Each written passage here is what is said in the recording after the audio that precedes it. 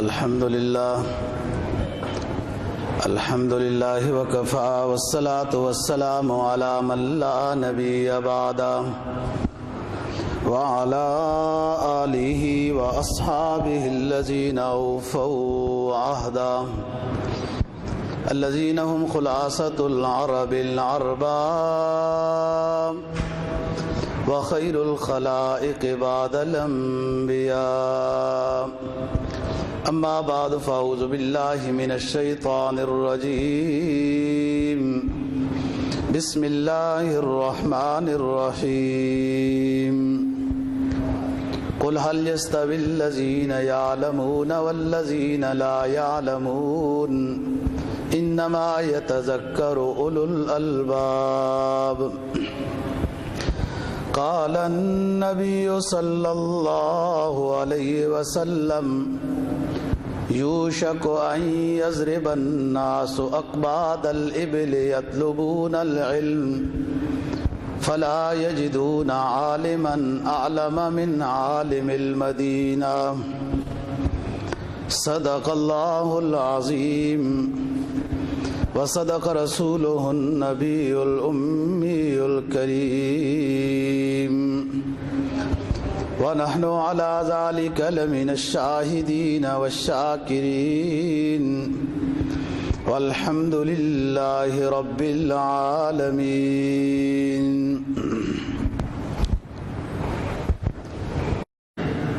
اور علم دین نہ جاننے والے یہ دونوں برابر ہو سکتے ہیں؟ ظاہر ہے کہ یہ دونوں برابر نہیں ہو سکتے. انما یتذکر اولو الالباب، عقل والوں کو چاہیے کہ اس سے بھی نصیحت حاصل کریں کہ جن کو اللہ تعالیٰ نے علم دین کی دولت سے نوازا ہے، یعنی انبیاء علیہ السلام، پھر اس کے بعد ان کے جانشین، تو یہ اعلیٰ اور افضل ہیں درجات کے اعتبار سے ان کے مقابلے میں کہ جن کے پاس یہ دولت نہیں ہے. جناب نبی پاک صلی اللہ علیہ وسلم کا جو فرمان تلاوت کیا ہے، آپ نے فرمایا کہ یوشک ان یضرب الناس اقباد الابل، ان قریب ایک ایسا زمانہ آئے گا کہ لوگ سواریوں پر، اونٹوں پر سفر کر کے آئیں گے، یطلبون العلم، علم تلاش کریں گے، علم سیکھنے کے لیے بڑے بڑے سفر کر کے آئیں گے. ولا یجدون عالما اعلم من عالم المدینہ، جب لوگ اتنے بڑے بڑے سفر کر کے آئیں گے علم دین حاصل کرنے کے لیے، تو انہیں کوئی عالم نہیں ملے گا مدینہ کے عالم کے علاوہ. مدینہ میں ایک بڑا عالم ہوگا، لوگ اس سے علم دین حاصل کرنے کے لیے آئیں گے، اور اس وقت کے لحاظ سے مدینہ میں جو وہ عالم ہوں گے اور کوئی بڑا عالم ان سے نہیں ہوگا. یہ حدیث ہے جناب نبی پاک صلی اللہ علیہ وسلم کی، آپ کا فرمان ہے، جس کو حضرت ابو ہریرہ رضی اللہ تعالیٰ عنہ روایت کرتے ہیں. محدثین نے اس کی شرح میں لکھا ہے کہ اس حدیث کے اندر بشارت ہے امام مالک رحمہ اللہ تعالیٰ کے بارے میں کہ مدینہ کے اندر صحابہ کے بعد، تابعین کے بعد سب سے بڑے عالم امام مالک رحمہ اللہ تعالیٰ تھے.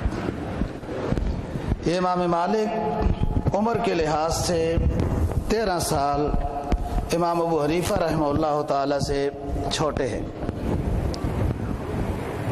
امام صاحب کی پیدائش سن 80 ہجری میں ہے اور امام مالک رحمہ اللہ تعالیٰ کی پیدائش سن 93 ہجری میں ہے. امام صاحب کی وفات 150 ہجری میں ہوئی اور امام مالک رحمہ اللہ تعالیٰ کی وفات 180 یا ایک کم 180 ہجری میں ہوئی. امام مالک رحمہ اللہ تعالیٰ کی تقریباً عمر 90 سال ہے. امام مالک بن انس بن مالک بن انس بن ابو عامر ہیں. ابو عامر آپ کے پردادا ہیں اور یہ یمن سے ہجرت کر کے مدینہ طیبہ میں مقیم ہوئے تھے۔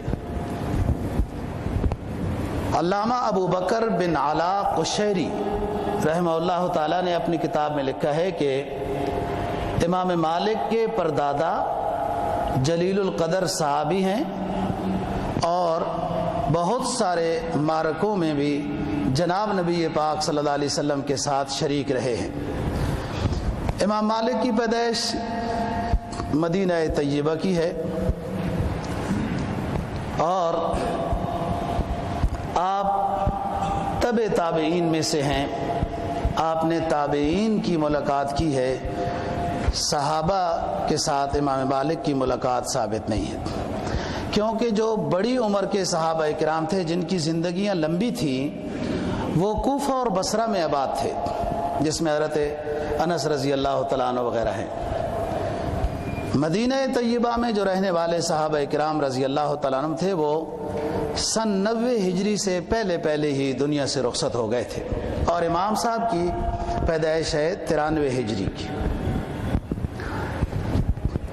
آپ کے والد تابعین میں سے ہیں، والد صحابی نہیں ہیں، لیکن آپ کے دادا صحابی ہیں، جیسے میں نے ابھی آپ کو بتایا ہے۔ مدینہ طیبہ میں آپ کی پیدائش ہوئی ہے۔ اصلاً یہ یمن کے علاقے کے ہیں اور ان کا تعلق قبیلہ ذو اصبح ایک شاہی خاندان تھا، اس کے ساتھ ان کا شجرہ نسب ملتا ہے۔ ان کے پردادا یہاں آ گئے، پھر یہیں آباد ہو گئے۔ امام مالک کی جب پیدائش ہوئی، کچھ بڑے ہوئے، تو اس وقت مدینہ علم شریعت کے لحاظ سے بہت پر رونق تھا۔ ظاہر ہے وہ ہمیشہ سے پر رونق ہے اور رہے گا۔ جناب نبی پاک صلی اللہ علیہ وسلم کا فرمان ہے کہ ایک زمانہ آئے گا علم ختم ہوگا، لیکن مکہ اور مدینہ سے علم ختم نہیں ہوگا۔ یہاں پر دجال کا فتنہ بھی نہیں آ سکے گا۔ سکڑ کر علم قرب قیامت میں بھی علم سکڑ کر مدینہ میں اور مکہ میں آ جائے گا۔ تو وہ تو خیر القرون کا زمانہ ہے۔ بڑے بڑے جلیل القدر تابعین رحمہ اللہ تعالی حیات تھے۔ یہ زمانہ خلافت بنو امیہ کا ہے، لیکن اتفاق ایسا ہے کہ امام مالک کو زمانہ تقریباً 30-40 سال کا زمانہ خلافت بنو امیہ کا بھی ملا ہے، اور تقریباً 50 سال کا زمانہ خلافت بنو عباس کا بھی ملا ہے۔ آپ کی وفات ہارون الرشید کے زمانے میں ہوئی ہے۔ امام مالک نے جب یہ دیکھا، جیسے بعض بچوں کو دیکھنے سے شوق پیدا ہوتا ہے نا کہ میں سکول پڑھوں گا یا میں حافظ بنوں گا، فلانا محلے میں ہمارا حافظ ہو گیا ہے، میں بھی حافظ قرآن بننا چاہتا ہوں وغیرہ، تو امام مالک رحمہ اللہ تعالیٰ کو بھی خود شوق پیدا ہوا کہ میں بھی علم دین حاصل کرنا چاہتا ہوں، جس پہ اپنی والدہ کو کہا کہ میں علم دین حاصل کرنا چاہتا ہوں، میں کس کے پاس جایا کروں سبق پڑھنے کے لیے وغیرہ۔ امی بہت خوش ہوئی، اور ان کی بھی خواہش اور دعا یہی تھی کہ مدینہ میں رہنے کا فائدہ تو ہونا چاہیے کہ انسان نبی کی وراثت کو حاصل کر سکے، اور نبی کی وراثت علم دین ہے، یہ بہت اونچی وراثت ہے۔ تو امی خوش ہوئی اور کہا بچے کہ پھر آپ کو میں اس کام کے لیے تیار کرتی ہوں۔ نہلایا دھلایا، وہی صلحاء والا لباس پہنایا، چھوٹے سے تھے، ٹوپی پگڑی پہنائی، اور کہا کہ مدینہ میں ربیعہ رائی ایک تابعی ہیں، ربیعہ رائی بہت بڑے محدث اور فقیہ گزرے ہیں، آپ ان کے حلقہ درس میں جا کے بیٹھ جانا، اور پہلے جا کے سبق نہ سیکھنا، پہلے استاد کا ادب سیکھنا، ادب سیکھنے کے بعد پھر علم آتا ہے۔ اور یاد رکھو دوستو، علم نام ہے ظاہری نقوش کا، جو کتابوں میں حروف لکھے ہوئے ہوتے ہیں، علم اس کا نام ہے. اور جو فیض ملتا ہے استاد سے وہ کسی اور چیز کا نام ہے، اور اسی میں برکت ہوتی ہے، اور اسی سے پھر یہ آگے صدقہ جاریہ کی صورت بنتی ہے. جو شخص استاد کا ادب و احترام کرے تو استاد کی دعا اس کو نصیب ہوتی ہے اور فیض استاد کا اس کو ملتا ہے. اس سے علم پھر بابرکت ہوتا ہے، یعنی اس کے علم سے لوگوں کو فائدہ ہوتا ہے.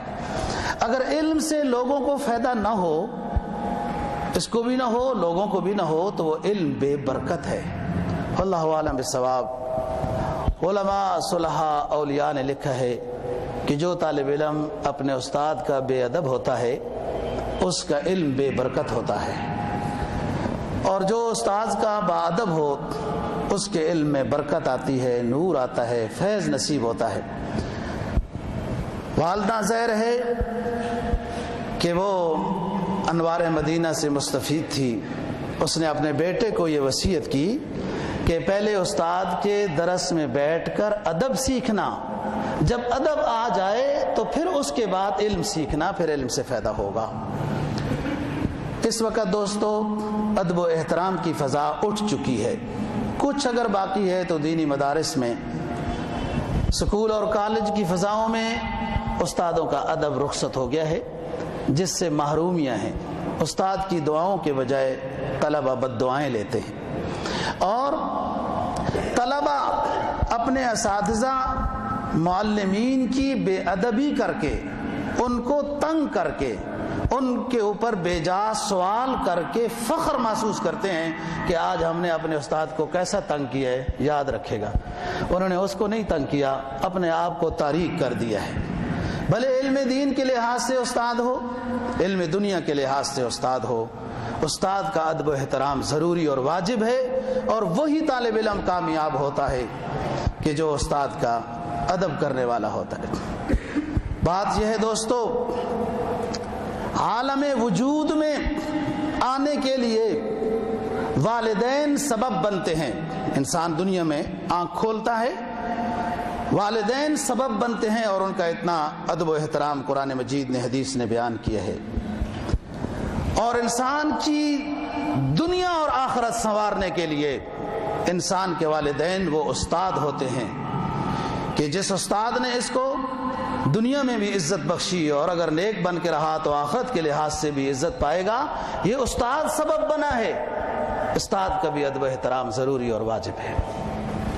امی نے امام مالک کو یہ وصیت کی کہ جا کے استاد کا ادب کرنا، اور پھر جب ادب آ جائے تو پھر علم سیکھنا، پھر اس میں فائدہ ہوگا. بعد میں امام مالک رحمہ اللہ تعالیٰ کے استاد ہیں. جب ربیع رائے فوت ہو گئے تو نافع مدنی، یہ عبداللہ ابن عمر سے علم حاصل کرنے والے ہیں، نافع مدنی امام مالک رحمہ اللہ تعالیٰ کے استاد ہیں. اور نافع مدنی یہ وہ شخص ہیں جو شاگرد خاص ہیں عبداللہ ابن عمر رضی اللہ تعالیٰ عنہ کے، اور عبداللہ ابن عمر کے مدرسے کے جانشین نافع مدنی تھے. پھر نافع مدنی کے جانشین امام مالک رحمہ اللہ تعالیٰ تھے. کسی نے امام بخاری سے پوچھا تھا کہ آپ کی بخاری میں سب سے قوی سند کون سی ہے؟ تو انہوں نے کہا تھا مالک عن نافع عن عبداللہ ابن عمر عن النبی صلی اللہ علیہ وسلم. میری کتاب میں سب سے ثقہ سند مضبوط راوی جو ہیں وہ امام مالک. انہوں نے پڑھا نافع سے، انہوں نے پڑھا عبداللہ ابن عمر سے. عبداللہ ابن عمر شاگرد ہیں جناب نبی پاک صلی اللہ علیہ وسلم. یہ میری کتاب میں سب سے اونچی سند ہے. میں بتانا چاہ رہا ہوں امام مالک کا ادب کہ نافع، حضرت نافع مدنی یہ آخری عمر میں نابینا ہو گئے تھے. تو نابینا بندہ لاٹھی رکھتا ہے، پھر اس کے سہارے سے سمجھتا ہے کھڈا نہ آ جائے، پتھر نہ آ جائے، دیوار نہ آ جائے، اس سے وہ چلتے رہتے ہیں. تو امام نافع رحمہ اللہ تعالیٰ نے لاٹھی رکھنا چاہی تو امام مالک نے کہا کہ استاد محترم جب تک میں زندہ ہوں تو آپ لاٹھی ویسے سنت سمجھ کے رکھیں، لیکن میں آپ کی خدمت کے لیے تیار ہوں۔ کئی سال تک امام مالک نے اپنے استاد کو اپنے کندھوں کا سہارا دیا، اور وہ اپنے حلقہ درس میں آتے، نماز میں آتے اور جاتے تھے۔ مدینہ والے کہنے لگے تھے مالک عصائے نافع ہے، مالک عصائے نافع ہے۔ امام مالک یہ حضرت امام نافع رحمہ اللہ تعالیٰ کی لاٹھی ہے کہ ہر وقت ساتھ ساتھ ہوتا ہے۔ وہی دوستو سبقت لے جاتے ہیں جنہوں نے استاد کی دل کی گہرائیوں میں اپنا گھر کر لیا ہو، اور استاد جب ایک مرتبہ دل سے دعا دے دے، اس طالب علم کی دنیا آخرت بن جاتی ہے۔ ربیع رائی کے درس میں امی نے بھیجا کہ اس وقت کے لحاظ سے وہ مشہور تابعی تھے اور بڑے محدث تھے، اور عجیب واقعہ ہے ربیع رائی کا بھی کہ ایک شخص فروح ابو عبد الرحمن ہے، صحابی فروح ابو عبد الرحمن رضی اللہ تعالیٰ عنہ۔ بس مرور دور میں کوئی ضرورت پیش آئی اور وہ جہاد کے لیے نکلے، پھر وہیں کوئی خراسان کے علاقوں میں مصروف عمل ہو گئے۔ گھر میں 30,000 اشرفیاں دے گئے۔ گھر والی کے ایک آدھ کوئی بچے تھے، اور جب جا رہے تھے تو وہ امید میں تھی، تو اس لیے یہ کہا میرے پاس یہ پیسے ہیں اور میں جہاد کے لیے جا رہا ہوں۔ دور دراز خراسان کے علاقے میں آ گئے، اور 27 سال کے بعد فروح ابو عبد الرحمن مدینہ میں واپس گئے، 27 سال کے بعد۔ تو اپنی گلی راستہ تو کچھ معلوم تھا، لیکن مدینہ کا نظام بدل چکا تھا، کتنی حکومتیں آئیں اور گئیں۔ یہ صحابہ کے دور میں گئے ہیں اور اب تابعین کا دور ہے۔ مسجد نبوی میں آئے، ظہر کی نماز ادا کی، سینکڑوں کی تعداد میں لوگ جڑنے لگ گئے، قریب قریب آنے لگ گئے، بیٹھنے لگ گئے۔ ایک خوبصورت نوجوان سنت کے لباس میں ملبوس سٹیج پہ آیا، مسجد نبوی کے ممبر پہ آیا، اور اس نے درس حدیث دینا شروع کیا کہ جناب نبی پاک صلی اللہ علیہ وسلم کا یہ فرمان ہے، یہ فرمان ہے، یہ فرمان ہے۔ یہ جو شخص مسافر ہے فروح ابو عبد الرحمن، جو 27 سال کے بعد آیا ہے، 27 سال کے بعد یہ حلقہ درس سن رہا ہے اور حیران ہو رہا ہے، سوچ رہا ہے یہ تو آپ کے زمانے کے اثرات محسوس ہوتے ہیں جب آپ درس دیا کرتے تھے، لوگ یوں سنتے تھے حدیث کا درس، صحابہ کا دور معلوم ہوتا ہے، اور دل میں یہ کڑتا رہتا ہے، حسرت کرتا ہے، کاش کہ اور نیکیاں تو اللہ نے میری قسمت میں لکھی تھی، جہاد بھی کیا، نبی کی نظارہ بھی کیا، صحابہ کے ساتھ بھی رہے، جہاد غزوات میں شریک رہے، کاش کہ مجھے بھی اللہ ایسا لڑکا دیتا جو مسجد نبوی کے ممبر پہ بیٹھ کر اس لڑکے کی طرح، اس نوجوان کی طرح وہ بھی لوگوں کو درس حدیث دیتا۔ یہ دل میں دعا کر رہا ہے۔ بیان ختم ہوا، یہ گھر میں آ گئے، پوچھتے پچھاتے بیگم نے پہچان لیا، بات چیت شروع ہو گئی۔ کہنے لگے کہ میں نے آپ کو 30,000 اشرفیاں دی تھی، اس خزانہ گم ہو گیا ہے، خرچ ہو گیا ہے۔ 30,000 اشرفیاں دوستو بہت بڑی رقم ہے، اس زمانے میں بھی اور آج بھی بہت بڑی رقم ہے۔ میں نے بتایا 20 اشرفیوں کا 7.5 تولہ سونا بنتا ہے، 30,000 اشرفیاں سونے کا سکہ ہوتا ہے۔ تو بیگم نے کہا آرام تو کرو، ہو سکتا ہے 30,000 اشرفیاں میں نے کسی ایسے کاروبار میں لگائی ہوں کہ جس کا ادنا نفع 10 گنا ہوتا ہے، تو بہت زیادہ نفع کے ساتھ آپ کو اشرفیاں مل جائیں گی، خزانہ محفوظ ہے، ضائع نہیں ہوا۔ پھر اس نے اپنی وہ جو مسجد سے تاثر لیا تھا وہ بیوی کے سامنے بیان کیا ہے۔ دوستو، اہل ایمان مسجدوں سے یوں ہی تاثر لیا کرتے تھے کہ جب اہل دل بات کرنے والے ہوں مسجد میں تو سننے والوں کے دلوں پہ بھی اثر ہوتا ہے، اور پھر وہ وہی بات اپنے ساتھیوں اور اپنے گھر والوں کے سامنے کیا کرتے تھے۔ اب تو رہ گئی رسم اذاں روح بلالی نہ رہی۔ اقبال کہتا ہے نا، از دل آیت در دل آیت، جو دل سے نکلتی ہے دل میں جاتی ہے، پھر اثر کرتی ہے۔ وہ بیوی کے سامنے تاثر بیان کیا کہ ایک نوجوان لڑکا ترس دے رہا تھا، میرے رب نے میری ساری خواہشات پوری کی، ہر نیکی میں نے ادا کی ہے، اللہ قبول کرے، لیکن کاش کہ ہمیں بھی اللہ پاک ایسا نوجوان لڑکا دیتا جو عالم دین ہوتا، درس حدیث اور درس قرآن دیتا، تو ہمارے لیے بہت بڑا صدقہ جاریہ ہوتا۔ بیگم نے کہا، فروح کیا خبر، تیری بیگم نے وہ 30,000 اشرفیاں کسی ایسے خزانے کو ہی حاصل کرنے میں خرچ کی ہوں، اور جس کا درس تو سن کے آ رہا ہے، ہو سکتا ہے وہ تیرا بیٹا ہی ہو۔ وہ رونے لگ گیا، جس کو متنبی کہتا ہے وَمِنَ السُّرُورِ بُكَاءُ، کہ انسان کی خوشی کی ایک حد ہوتی ہے، جب انسان خوشی کی حد کو کراس کر جاتا ہے تو پھر آنکھوں میں آنسو آ جاتے ہیں۔ فروح رونے لگے۔ اتنی ہی دیر میں اس نوجوان نے دستک دی گھر آنے کے لیے، وہ گھر آ گئے۔ والد تو پہچان چکا تھا، بیگم نے بتا دیا تھا کہ دونوں باپ بیٹا چمٹے۔ پہلے تو بیٹے نے نہیں پہچانا، پھر ماں نے تعارف کرایا کہ بیٹے ربیہ یہ آپ کا والد ہے، جو جب تو امید میں تھا تو یہاں سے گیا ہے اور آج سے واپس آیا ہے 27 سال کے بعد، اور میں نے اس کی دونوں امانتوں میں اس درجے کی امانت داری کی ہے کہ اپنے لیے بھی میں نے صدقہ جاریہ بنا لیا۔ بیٹا بھی والد کی امانت ہوتا ہے، بیوی بھی شوہر کی امانت ہوتی ہے۔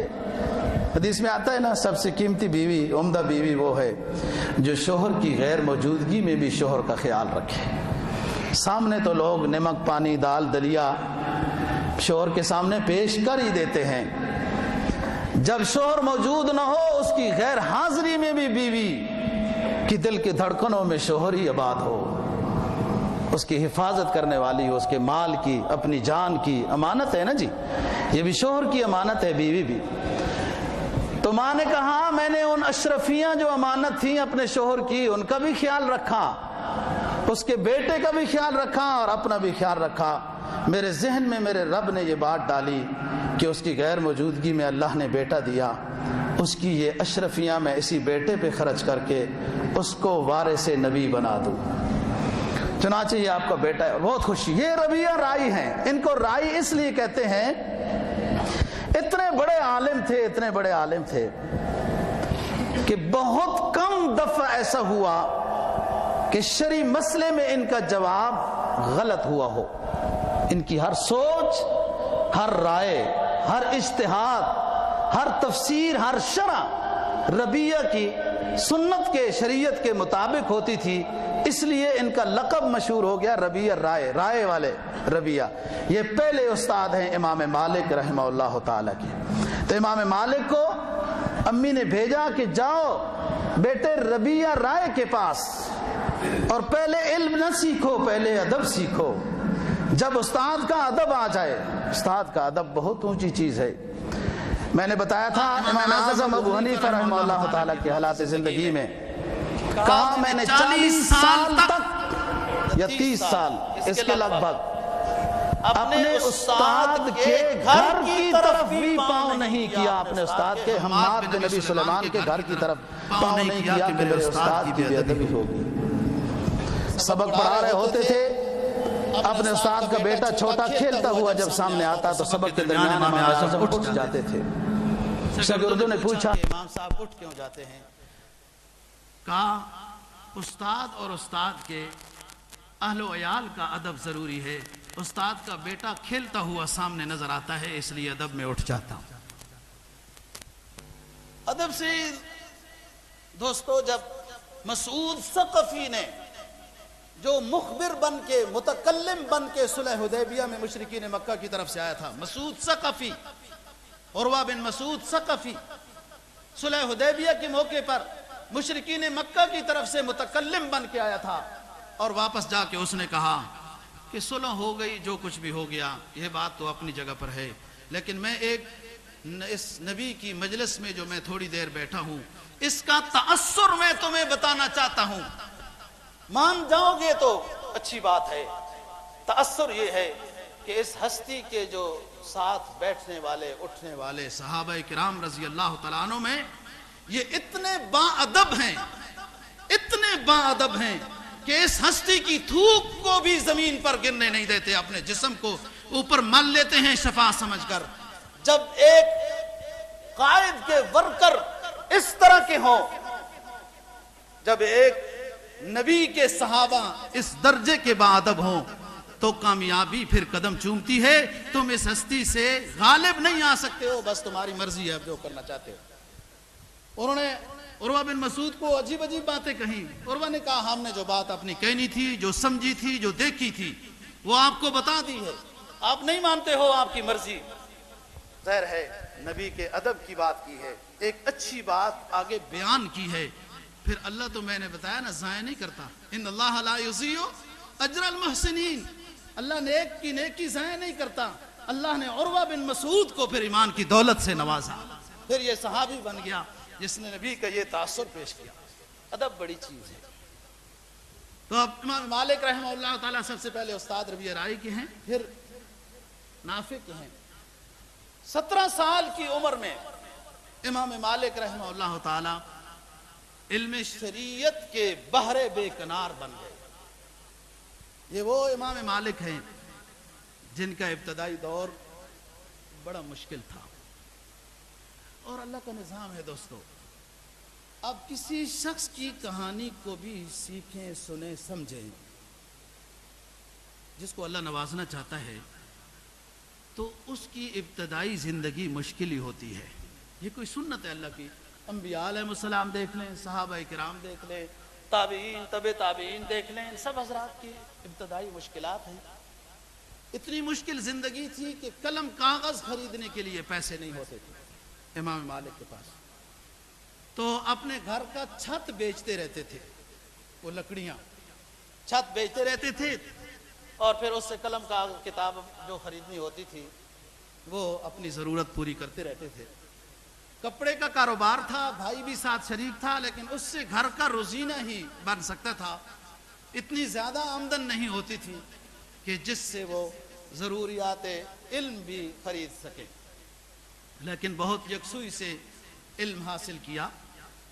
اپنے اساتذہ کی زندگی میں امام مالک رحمہ اللہ تعالی نے اپنا اعتماد بحال کیا کہ استاد حیات تھے تو امام مالک کو یہ کہہ دیتے تھے کہ اس مسئلے کا جواب دے دیں. چنانچہ جب آپ نے حدیث کا درس شروع کیا، 95 محدثین اس وقت مدینہ طیبہ میں مقیم تھے، اور ہر ایک کے پاس چند 100 حدیثیں، 100، 50، 150، 200، ہر محدث کے پاس حدیثیں تھی. ایک ایک محدث سے وہ امام مالک رحمہ اللہ تعالی نے وہ حدیثیں جمع کی. وہ 95 سینوں میں جو سرکار دو جہاں صلی اللہ علیہ وسلم کے نورانی پیغامات تھے، وہ امام مالک نے محنت کی تو وہ ایک سینے میں منتقل ہو گئے. ہزاروں کی احادیث کی کتاب موطا امام مالک رحمہ اللہ تعالی نے کتاب لکھی. حدیث کی یہ کتاب ہے جو زمانہ اسلام میں قرآن مجید کے بعد سب سے پہلی کتاب حدیث کی جو وجود میں آنے والی ہے، وہ امام مالک رحمہ اللہ تعالی کی کتاب ہے، ایک ضخیم شکل میں جس میں ہزاروں سینکڑوں حدیثیں. یہ موطا امام مالک ہے. اہل لغت نے موطا کا ترجمہ لکھا ہے نرم، سہل، آسان. بہرحال انہوں نے نرم انداز میں سہل انداز میں اس کتاب کو مرتب کیا ہے، وضو کے مسائل سے شروع کیا وغیرہ اس طریقے سے. لیکن ایک دن ان سے خود کسی شاگرد نے پوچھا کہ استاد جی آپ نے اپنی کتاب کا نام معطا کیوں رکھا ہے؟ تو کہا کہ اس لیے رکھا ہے کہ میں نے اپنی کتاب یہ لکھ کر اس وقت کے 70 علماء مدینہ کے پاس پیش کی کہ آپ لوگ اس کو پڑھیں دیکھیں، اس میں کوئی غلطی ہے تو مجھے باخبر کریں. ان 70 کے 70 علماء مدینہ نے میری کتاب پر اتفاق کیا کہ اس میں کوئی غلطی نہیں، سب ثقہ احادیث اس کے اندر جمع کی گئی ہیں. تو معطا بمعنی موافقت کی بھی ہے، اس لیے میں نے معطا کتاب کا نام رکھا کہ یہ متفق کتاب ہے، اس میں کسی کا کوئی اعتراض نہیں ہے، کوئی اس میں. امام شافعی رحمہ اللہ تعالی فرمایا کرتے تھے کہ معطا امام محمد سے بہتر کوئی کتاب نہیں ہے، اتنی ثقہ اور اعلیٰ کتاب ہے. روایت کے اعتبار سے، درایت کے اعتبار سے، سند کے ثقہ ہونے کے اتحاد سے. یہی وجہ ہے بعض حضرات نے اس کو پہلا نمبر دیا قرآن مجید کے بعد، اور بعض نے لکھا ہے کہ بخاری اور مسلم کے بعد معطا امام مالک کی کتاب کا یہ نمبر ہے. امام مالک پر وہ دور پھر بعد میں فراوانی کا دور آیا، پھر تعلقات بھی ہو جاتے ہیں، کوئی معتقد بھی ہو جاتے ہیں، کوئی عالم کو 8-10 سال جانچ پڑتال کے بعد پھر ہدیہ دینے والے بھی ہو جاتے ہیں. خاص امام صاحب کی مرید ہوئے، اللہ نے امام کو ظاہری وجاہت بھی بہت عطا کی تھی. آپ کی مجلس بہت پر رونق ہوتی تھی. ریاض الجنہ جو نبی پاک صلی اللہ علیہ وسلم کا ایک ستون ہے، جس کو استوانہ استراحت کہتے ہیں، اس کے ساتھ آپ کی نشست لگتی تھی ریاض الجنہ میں. بڑے اعلیٰ قسم کے قالین اور اس طریقے سے یہ مجلس ہوتی تھی. طلبہ کی تعداد ہزاروں میں ہوتی تھی. آپ کی نشست بہت پر تکلف اور پر رونق ہوتی تھی. یہ مزاج ہوتا ہے بھائی، ہر وہ اچھی چیز جو شریعت کے خلاف نہ ہو اس کو اختیار کرنے میں کوئی حرج نہیں ہے. لوگوں نے اپنا دماغی ساخت کچھ اس طرح کا بنایا ہے، اور کچھ ان دماغوں کے اندر انگریز نے وہ انجیکشن لگایا ہے کہ مولوی وہ ہوتا ہے جو گندا ہو، جس کے کپڑے میلے ہوں، جس کی واسکٹ میں جوئیں لٹک رہی ہوں، کبھی اس نے بال مونچھیں درست نہ کی ہوں، رہنے کے لیے اس کے پاس جھونپڑا بھی نہ ہو، سواری کے لیے اس کے پاس کچھ بھی نہ ہو، تب تو وہ عالم ہے اور اللہ والا ہے. اور اگر عالم کے اچھا لباس ہو، اچھی پگڑی، اچھی گاڑی ہو، تو اس عالم کو عالم نہ سمجھو. میں ایک دفعہ میلوڈی کے اندر ایک ساتھی کو ملنے گیا ہے، واللہ عالم کپڑا خریدنا تھا، میری اپنی گاڑی نہیں تھی. مسجد کا جو بندہ کاروبار وہ ٹھیکیدار تھا، اس کی گاڑی تھی، وہ مہران گاڑی تھی. وہ میں جب باہر نکلا تو وہ مہران گاڑی والا بندہ میرا میزبان، وہ اور اس میلوڈی والے کپڑے والے باہر کے ملازم کے ساتھ آپس میں لڑ رہے ہیں. میں کہا کیوں بیوقوف لڑتے کیوں ہو؟ کہتا ہے کہ واہ واہ مولویوں کے پاس گاڑیاں بھی آ گئی ہیں. تو میں نے کہا کیوں نہیں مولوی کے پاس گاڑی آ سکتی؟ تم نے یہ بدتمیزی کا جملہ کیوں کہا؟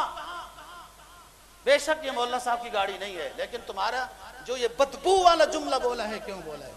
واللہ العظیم دوستو، میں اپنے رب سے ایمان اور مغفرت کے بعد بیت اللہ کے غلاف کو پکڑ کے مانگتا تھا، یا رب، اسلام آباد کی سرزمین میں جو عمدہ سے عمدہ گاڑیاں وزیروں، مشیروں، لٹیروں کے پاس ہوا کرتی ہیں، اسلام کی سر بلندی کی خاطر میرے رب مجھے بھی عمدہ گاڑی عطا کر. ان لوگوں کے اس ذہنی بدبو کو ختم کرنے کے لیے یہ تاثر دینا چاہتا ہوں کہ عالم دین کا لباس اچھا ہونا چاہیے، اس کی خوشبو عمدہ ہونی چاہیے، اس کی رہائش اعلیٰ ہونی چاہیے، اس کی گاڑی اعلیٰ ہونی چاہیے. وہ تمہارا قائد ہے، تمہاری دینی دنیاوی رہبری کرتا ہے، اور اس کو تم چوڑا کمار کی طرح رکھنا چاہتے ہو؟ واللہ بعد میں تو میں خود بھی سوچتا تھا کہ اس غلاف کعبہ کے وقت کچھ اور بھی رب سے مانگا ہوتا. میں اس حج کے سفر سے جب مدینہ پہنچا، ایک شخص نے میری دعوت کی، اپنی گاڑی پہ لے کے گیا، اپنے گھر کے سامنے اس نے اپنی گاڑی کھڑی کی. واللہ جو میرے دل میں پسند تھی مجھے گاڑی، جہاں اس نے اپنی گاڑی کھڑی کی اس کے سامنے وہی لینڈ کروزر کھڑی تھی. کہتا ہے مولانا صاحب اگر آپ پسند کرتے ہو تو یہ گاڑی میں اس قابل ہوں کہ آپ کو دلا سکتا ہوں. میں اتنا جلدی میں نے آمین نہیں کی، میں نے کہا سوچ سمجھ کے دیکھتے ہیں. لیکن میرے دل اور ضمیر نے مجھے وہ اطلاع دے دی کہ وہ اللہ کے گھر کے در کو جو کھٹکایا تھا وہ دستک قبول ہو چکی ہے. میں آپ سے یہ ایک دعوت دینا چاہتا ہوں، مجھے ضرورت نہیں ہے الحمدللہ، لیکن آپ کی مسجد صرف یہ بلو ایریا کی یہ مسجد نہیں ہے. آپ جہاں رہتے ہیں وہاں بھی آپ کی مسجد ہے، جہاں آپ کا گاؤں ہے وہ بھی آپ کی مسجد ہے. اپنے عالم کو عمدہ رکھو، ہدیوں کی شکل میں مدد کرو، اس کا لباس اچھا ہو، اس کی رہائش اچھی ہو، اس کے پاس ضرورت کی گاڑی ہو. اور یہ نیکی، یہ بڑی اونچی نیکی ہے اگر آپ نے عالم دین کی خدمت کی ہے. جب مسجد زیر تعمیر تھی دوستو ہماری، تو ایک شخص یہاں بلو ایریا میں رہنے والا ہے، میں ہر وقت اس کے لیے دعا گو ہوں. ہر وقت اگر میری دعائیں عند اللہ قبول ہو گئی تو چند ساتھی بلو ایریا میں ایسے ہیں کہ میں ان کا احسان کا بدلہ نہیں اتار سکتا، بتا بھی نہیں سکتا ہوں کہ ان کی نیکی ضائع نہ چلی جائے. اس نے مجھے کہا مولانا صاحب میں آپ کے گھر کا یہ سسٹم بنانا چاہتا ہوں. میں نے کہا مسجد ابھی پلستر بھی نہیں ہوئی، اذہان لوگوں کے عجیب ہیں، وہ باتیں کریں گے مولوی نے پہلے رہائش بنا لی اپنی اور مسجد ابھی پلستر نہیں ہوئی. کہا آپ کی مرضی ہے، جب آپ کا دل مطمئن ہو. میں مسجد میں پیسے فی الحال خرچ نہیں کر سکتا ہوں، یہ آپ کی رہائش والا سسٹم بنا سکتا ہوں. تو میں جامعہ فریدیہ میں پڑھاتا تھا، وہاں اساتذہ کی میٹنگ ہوئی، میں نے اپنی بات رکھی کہ یہ مسئلہ ہے، اس میں کیا فیصلہ کروں. اس وقت کے شیخ الحدیث جو جامعہ فریدیہ میں تھے انہوں نے کہا مولانا صاحب اس شخص سے میری ملاقات کراؤ، یہ وقت کا ولی اللہ اور جنتی شخص ہے جس کا دل و دماغ اس طرح کا ہے کہ میں ایک عالم کا گھر اچھا بنانا چاہتا ہوں. اس دور میں ایسے بندے نہیں ملتے. مسجدیں لوگ اچھی بنا لیتے ہیں، اچھی اچھی قالینیں بچھا لیتے ہیں. جب آپ اعلان کریں کہ مسجد کے امام صاحب کا گھر بنانا ہے تو لگتا ایسا ہے کہ مقتدیوں نے وہ اعلان سنا ہی نہیں ہے، سمجھا ہی نہیں ہے کہ یہ بھی کوئی ضرورت کی چیز ہے. امام مالک رحمہ اللہ تعالیٰ کا دور آیا دوستو، وہ مشکل دور گزرا. فرمایا اذا اشتدت بک البلوى ففکر فی الم نشرح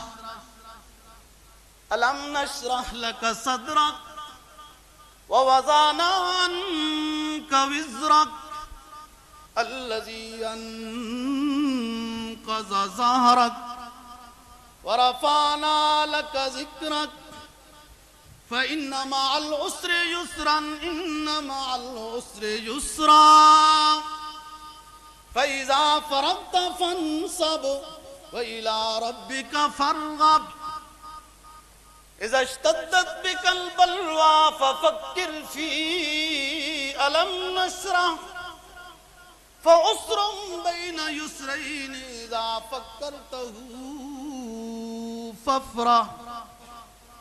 تیرے اوپر مشکلیں آ گئیں، غربت آ گئی، چولہا دن میں جلتا نہیں ہے، کوئی بات نہیں ہے، پیغمبرانہ سنت ہے چولہا نہ جلنا، اس میں پریشان نہ ہونا. قرآن مجید کی ایک چھوٹی سی سورت الم نشرح پڑھ لینا، اس میں اللہ نے یہ فرمایا ہے جب مشکلیں آ جائیں تو ان پہ صبر کرو، اس کے بعد آسانیاں بھی آ جایا کرتی ہیں. امام مالک پہ وہ زمانہ آیا کہ جب طالب علم تھے، کتاب خریدنے کے لیے رقم نہیں ہے تو اپنے گھر کے چھت بیچ رہے ہیں. جب اللہ نے اپنا نظام بدلا، امام مالک ریاض الجنہ والی نشست میں بیٹھ کر درس حدیث دے رہے ہیں، ہر طرف آپ کے تکیے لگے ہوئے ہیں، اور سائڈوں میں عود اور لبان اس کی دھونی جاری ہے، اور خادم کو یہ کہا جا رہا ہے کہ یہ دھونی بجھنی نہیں چاہیے۔ عرض کیا کسی سائل نے، امام صاحب کیوں دھونی نہیں بجھنی چاہیے؟ حلقہ درس تو 5 گھنٹوں کا ہوتا ہے، اتنا لمبا درس حدیث ہے، اتنی دیر خادم دھونی کیوں دکھاتا رہے؟ ابتدا میں دھونی کافی ہے۔ امام نے فرمایا میں نبی پاک صلی اللہ علیہ وسلم کی حدیث کی شان میں ہر طرف خوشبو کی فضا معطر کرنا چاہتا ہوں۔ جب میں اپنے بول سے ہستی کائنات کے فرمان نقل کروں تو میرا دل چاہتا ہے ان کے ساتھ خوشبوئیں لہریں، اس لیے خوشبو جاری رہنی چاہیے۔ تکیے لگے ہیں، امام کا قد بڑا ہے، یمن کے علاقے کے ہیں، داڑھی بڑی گھنی ہے، سینے پہ آ رہی ہے۔ اللہ نے روب اتنا دیا، ہزاروں لوگ حلقہ نشست میں بیٹھے ہیں لیکن کوئی آواز نہیں نکال سکتا تھا۔ اللہ نے وہ دور بدلا، ایک صاحب آیا، کہنے لگا امام صاحب میرا دل یہ چاہتا ہے کہ ہر روز آپ کے لیے ایک نیا سوٹ مہیا کیا کروں۔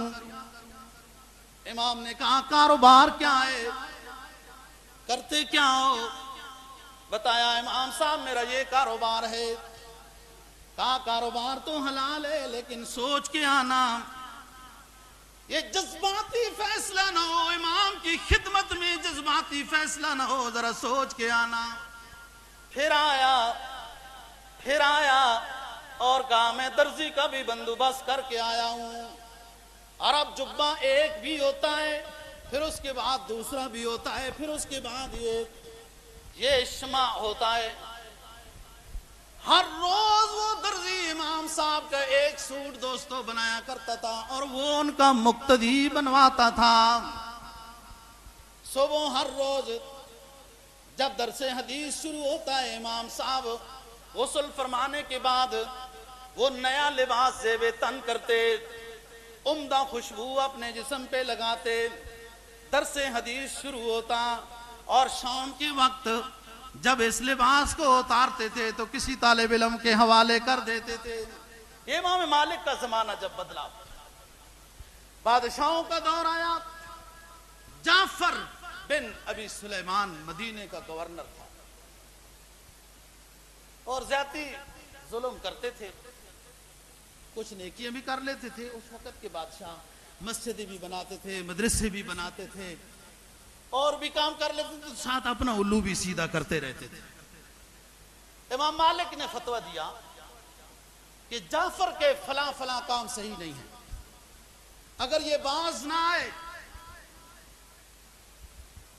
جعفر باز نہ آئے، ان کا ناموں سے اور تائب نہ ہو، تو جن لوگوں نے اس کے ہاتھ پہ بیعت کی ہے وہ گناہگار ہوں گے، اپنی بیعت توڑ دیں، اور نئے لوگ اس کے ہاتھ پہ بیعت نہ کریں کہ ہمارا خلیفہ اور گورنر ہے۔ پتہ چلا جعفر کو، یار اب یہ حکومتی غرور یہ اندھا کر دیتا ہے، انسان کو اندھا کر دیتا ہے۔ اس وقت انسان نہیں دیکھتا کہ میں کیا کر رہا ہوں۔ امام مالک کو بلایا، گرفتار کر کے بیڑیاں لگا کے بلایا گیا، کہا یہ فتویٰ دیا ہے۔ امام صاحب نے کہا دیا ہے فتویٰ، اور یہی فتویٰ ہے۔ کہا ترمیم کرو، الفاظ واپس لو۔ کہا شریعت کے الفاظ بھی واپس ہوتے ہیں، یہ پکے فتوے ہیں، قرآن و حدیث کی بات کر رہا ہوں، یہ تبدیل نہیں ہو سکتی۔ آپ ظالم ہو، فلاں فلاں کام آپ کے غلط ہیں، باز آ جاؤ، تائب ہو، ٹھیک ہے، نہیں تو آپ کی بیعت کرنا لوگوں کے اوپر گناہ ہے، واجب ہے وہ بیعت توڑ دے۔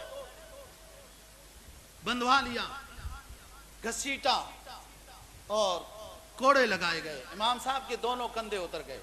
بادشاہ یہ سمجھتے ہیں کہ ان مولویوں پر ظلم و ستم کرو تو ان کی پوزیشن خراب ہو جائے گی۔ کیوں؟ کوئی سیاسی لیڈر ہیں کہ جیل کرنے کے بعد پوزیشن خراب ہو جاتی ہے.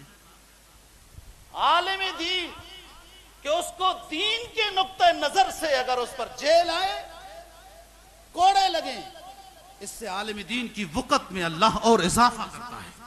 لوگوں نے پیغمبر کو جیل میں ڈالا تھا، یوسف علیہ السلام کی بات کر رہا ہوں. سمجھا تو یہ تھا کہ اس کی عزت و احترام کو پامال کر دیا جائے، لیکن میرے رب نے وہ فیصلہ کیا کہ اسی کو بادشاہ مصر بنا دیا. یہی بات ہوئی کہ جعفر بن سلیمان نے یہ سمجھا تھا کہ امام مالک کو ہم کوڑے لگائیں گے، اس کی عزت و احترام خراب ہو جائے گی، لوگ اس کے عقیدت مند نہیں رہیں گے. لیکن ہوا اس کے برعکس، عقیدت میں اضافہ ہو گیا. واپس ہوئی بات، جب بادشاہ آیا اصل شام سے، بغداد سے، کہا میں منصور کو، جعفر کو قصاصاً امام مالک پر جو اس نے زیادتی کی ہے اس کو قصاصاً سزا دینا چاہتا ہوں. امام مالک نے کہا نہیں، یہ چونکہ آل بیت میں سے تھا، عباسی ہے، تو میں نے آل بیت کے احترام کی خاطر اس کو اسی وقت ہی معاف کر دیا تھا. کوئی بات نہیں. خلیفہ ہارون الرشید کا زمانہ آیا، ملنے کے لیے آیا. ہارون کی کافی تعلق داری اور دوستی تھی، ہم وقت کے ساتھ بات کریں گے انشاءاللہ تعالی. تو کہتا ہے امام صاحب کو ہمارے بچوں کو بھی پڑھائیں، حدیث کا درس دیں. ہاں ٹھیک، سارے لوگ آتے ہیں، آپ کے بچے بھی آئیں. بچوں کو کہا کہ بھیجا کہ امام صاحب کے درس میں بیٹھیں، جب لوگ نہ ہو تو پھر اس وقت آپ کو امام صاحب خصوصی طور پر درس حدیث دیں گے. جب بچوں نے یہی کہا تو امام صاحب نے کہا ہرگز نہیں، یہ خلاف سنت ہے، یہ ٹیوشن سینٹر، یہ خلاف سنت ہے. جب پوری دنیا کو میں درس حدیث دے رہا ہوں، اسی میں بیٹھ کے سبق حاصل کرو، اسی میں ادب ہے، علیحدہ سے نشست نہیں ہوگی. شہزادوں نے جا کے ہارون الرشید کو بتایا کہ یہ بات ہے. ہارون صاحب آئے، بات چیت کی، بہرحال وہ سمجھ گئے. 3000 اشرفیاں دی امام صاحب کو کہ آپ کا گھر اتنا صحیح نہیں ہے، مجھے پتہ چلا ہے، اپنا گھر بنا لیں. ہاں ٹھیک ہے، ہدیہ قبول ہے. کہنے لگا ہارون کہ اگر آپ ہمارے ساتھ آ جاؤ، ادھر رہیں گے، اور یہ میری رائے نہیں، میرا حکم ہے کہ آپ میرے ساتھ ادھر رہیں بغداد میں. کہا ہارون وہ اشرفیوں والی تھیلی اسی طرح پڑی ہوئی ہے، وہ واپس لے لو. اگر اشرفیوں کی لالچ میں مجھے مدینہ کی مقدس سرزمین سے محروم کرنا چاہتے ہو تو میں نبی پاک صلی اللہ علیہ وسلم کی آپ کو ایک حدیث سناتا ہوں. المدینۃ خیر لہم لو کانوا یعلمون. مدینہ لوگوں کے لیے بہترین شہر ہے، کاش کے لوگ جان لیں. ایک حدیث میں سرکار کا فرمان ہے، جو مدینہ میں رہا میری محبت میں رہا، میری محبت میں مدینہ میں رہا، اور اس پر مشکلیں بھی آئیں، پریشانیاں بھی آئیں، فقر و فاقہ بھی آئے، وہ معاذ میری محبت میں وہ تمام مشکلیں برداشت کرتا رہا، میدان حشر میں میرے ساتھ اٹھے گا اور میں اس کی سفارش کروں گا. مدینہ میں رہائش کی بہت فضیلت ہے. باقی بات انشاءاللہ اگلے جمعے پہ امام مالک کے حالات بقیہ بیان کریں گے. اللہ تعالی ہم سب کو ان نیک لوگوں کے نقش قدم پر چلنے کی توفیق نصیب فرمائے. وآخر دعوانا